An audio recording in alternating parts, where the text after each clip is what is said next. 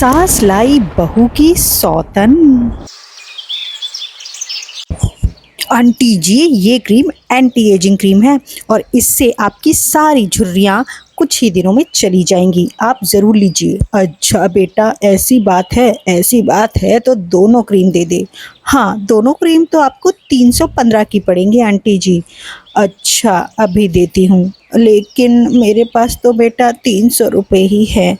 चल कोई बात नहीं, अभी तू ये सारा सामान बांध दे, बाद में आकर ले जाऊंगी क्रीम को मैं। ये लीजिए आंटी जी, 15 रुपये। अरे बेटा, तुम तो मुझे जानती भी नहीं और 15 रुपये क्यों दे रही हो मुझे? अरे आंटी जी, मेरा नाम सपना है और मैं आपकी सोसाइटी में ही रहती हूँ और जान पहचान तो बढ़ ही जाएगी। कोई बात नहीं, 15 रुपये की तो बात है आंटी जी। ठीक है बेटा, लेकिन मैं तुम्हें अब पैसे कैसे वापस करूँगी? कोई फ़ोन नंबर अगर हो तो दे दो बेटा। हाँ आंटी जी, मैं आपको फ़ोन नंबर दे दूँगी, या मैं ऐसा करूँगी कि आपके घर ही आ जाऊँगी, इसी बहाने एक कप चाय भी पी लूँगी। क्यों? हाँ बेटा, ज़रूर, तुम मेरे घर पर आओ। सुमित्रा अपने बेटे और बहू के साथ रहती है। सुमित्रा की बहू वर्षा एक गरीब घर की लड़की है, जिस वजह से सुमित्रा को वो बिल्कुल भी पसंद नहीं है और वो अपने बेटे की शादी एक अमीर घर की लड़की से करना चाहती है। लेकिन वर्षा तलाक नहीं देना चाहती है और वो अपने पति के साथ ही रहना चाहती है। लेकिन उसने अपनी सास को कह दिया है कि अगर वो अपने बेटे की दूसरी शादी करना चाहती हैं तो वो कर सकती हैं, उसे तो बस अपने पति के साथ रहना है और वो एक गरीब परिवार की है, इसलिए वापस भी अपने घर नहीं जा सकती है। वो अपनी सास से बहुत दुखी होती है, लेकिन फिर भी उनकी इज्जत करती है। अरे ओ वर्षा बहू, अरे मेरे कुछ मेहमान आने वाले हैं, उनके लिए नाश्ता पानी कर देना, समझी? कौन आने वाला है माँ जी? मुझे तो बताया ही नहीं किसी ने। तुझे हर बात बता के करूं क्या? चल यहाँ से। इसके बाद वर्षा किचन में चली जाती है और उसका पति ऑफिस जाने के लिए निकल रहा होता है। अरे बेटा, जरा रुक जा, कोई मेहमान आने वाले हैं मिलने के लिए। अरे माँ, मैं किसी से नहीं मिलना चाहता, मुझे पता है तुम किसी न किसी लड़की को मिलवाओगी मुझसे, मुझे शादी नहीं करनी है। देख बेटा, हमेशा जिद करनी अच्छी नहीं होती, तू जानता है ना मैं तेरी दूसरी शादी कराना चाहती हूँ और वो लड़की बहुत ही अच्छी है। इतने में सपना वहाँ आ जाती है। नमस्ते आंटी, आप कैसे हो? अरे मैं तो ठीक हूँ बेटा, अभी तुम्हारी ही बात चल रही थी। मेरी बात चल रही थी? अच्छा, हाँ, मैं तो आज यहाँ पहली बार आई हूँ। हाँ बेटा, पहली बार तो आई हो, लेकिन मेरा मन करता है तुम्हें यहीं रोक लूँ मैं, जाने ना दूँ, तुम बहुत प्यारी बच्ची हो। इसके बाद सपना बैठकर वहाँ काफ़ी देर तक बातें करती है और सुमित्रा भी उसे रोज आए दिन घर बुलाकर उसकी खातिरदारी करती रहती है। अजीत और वर्षा ये सारी हरकतें देख रहे होते हैं, लेकिन वो कुछ नहीं कर पाते। सुनिए जी, माँ चाहती हैं कि आप दूसरी शादी कर ले सपना से। मेरा भी यही मानना है कि आप उनकी इच्छा पूरी करें। यहाँ अजीत अपनी माँ और पत्नी के आगे मजबूर हो जाता है और सपना कहती है, माँ जी, मैं जानती हूँ कि आप वर्षा के यहाँ रहने पर खुश नहीं रहती हैं। मेरे पास बहुत पैसा है, मैं और आप खूब मस्ती करेंगे, है ना? अरे लेकिन ये सब एक शर्त पर होगा कि तू मुझे मम्मी जी कहेगी। इसके बाद सपना और अजीत की शादी हो जाती है और सपना इस घर में आ जाती है। सुमित्रा अपनी मनपसंद बहू घर लाकर बहुत खुश होती है, लेकिन अगले ही दिन वर्षा, माँ जी कहाँ हैं? माँ जी कहाँ हैं आप?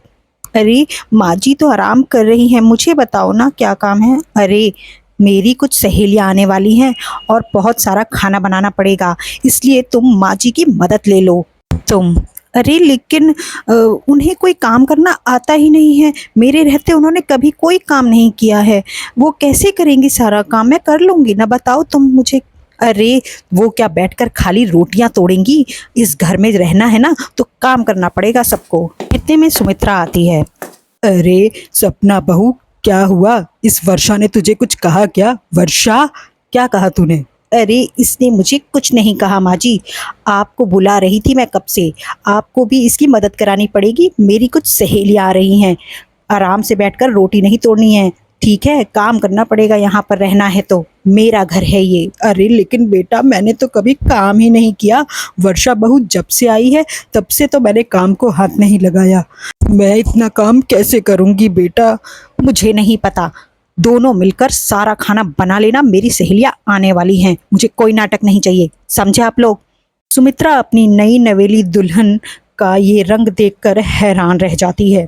उसे समझ ही नहीं आ रहा होता है कि आखिर ये क्या हो गया। उसने अपने ही पैरों पर कुल्हाड़ी मारी है। इसके बाद वह घर के कामों में लग जाती है। ये तेरी नौकरानी है कि क्या है? इसने मेरी ड्रेस खराब कर दी। कैसी नौकरानियां रख रखी हैं तूने, बिल्कुल सलीका नहीं। मैं तो ऐसी नौकरानी को निकाल देती। अरे तू चिंता मत कर, मैं अभी से अभी बताती हूँ। ए नौकरानी, आज तुझे पूरे दिन खाना नहीं मिलेगा, यही तेरी सजा है। चल निकल जा यहाँ से। अजीत ऑफिस के काम से कुछ दिनों के लिए बाहर गया हुआ था और सपना ने दोनों सास बहू का जीना हराम कर रखा था।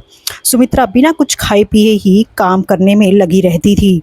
अरे माँ जी, आप कुछ खा लीजिए, आप बीमार हो जाएंगी नहीं तो। अरे लेकिन बहू वर्षा, ये खाना तो तुम्हारा है ना, तुम मुझे क्यों दे रही हो बेटा? अरे माँ जी, मैं तो बिना खाए भी रह सकती हूँ, लेकिन आपको तो बीपी की दवा लेनी होती है और आपकी तबीयत खराब हो जाएगी। अरे बेटा, मुझसे बहुत बड़ी गलती हो गई जो मैं तेरे जैसी बहू को समझ ना पाई। मैं अपनी ही बहू की सौतन ले आई बेटा।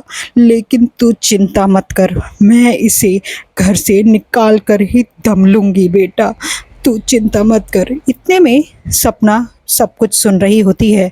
अच्छा जी, तुम दोनों मुझे ही घर से बाहर निकालने की प्लानिंग में लगे हो। हाँ, ये घर मेरा है और तुम दोनों अभी के अभी इस घर से निकल जाओ। अजीत के आने से पहले मुझे यहाँ कोई नहीं दिखना चाहिए, समझी? तुम दोनों निकलो यहाँ से, ये मेरा घर है। इतने में अजीत पुलिस वालों को लेकर आता है, क्योंकि वो सपना की सच्चाई जान चुका होता है।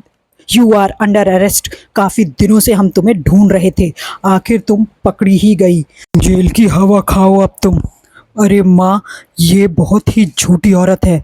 वो तो अच्छा हुआ कि मैंने न्यूज़पेपर में इसके बारे में सब पढ़ लिया। अब दिल्ली पुलिस इसे अपनी हिरासत में लेगी और इसे जो दंड देना होगा वो देगी। इसका एक पूरा प्रॉपर गैंग है। जो औरतें यहाँ पर घर पर आई थी वो इसी की गैंग की मेंबर है। ये एक पूरा ग्रुप है जो घर घर जाकर लोगों को लूटता है। नहीं तो बताओ, कौन औरत आपको फ्री में ऐसे ही पैसे देगी और आपके घर आ जाएगी और एक ही बारी में शादी के लिए भी मान जाएगी? आपने बहुत बड़ी गलती की है माँ। आपको पता भी नहीं कि आपने क्या किया है। वो तो हमारी शादी लीगल नहीं है, नहीं तो मैं भी आज जेल में ही बैठा होता। बेटा मुझे माफ़ कर दो, मुझसे बहुत बड़ी गलती हो गई कि मैं अपनी इस वर्षा बहू की अच्छाई को पहचान ना पाई। और पुलिस जी का बहुत ही शुक्रिया जिन्होंने इस सच्चाई का पता लगाया। अब मुझे माफ़ कर दो वर्षा बहू। आज के बाद हम दोनों मिलजुल कर रहेंगे और मैं तुम्हें कभी भी परेशान नहीं करूँगी। तुम मेरी बच्ची हो वर्षा। दोस्तों, अगर आपको मेरा ये वीडियो अच्छा लगा तो मेरे चैनल को लाइक, शेयर एंड सब्सक्राइब करें। बाय।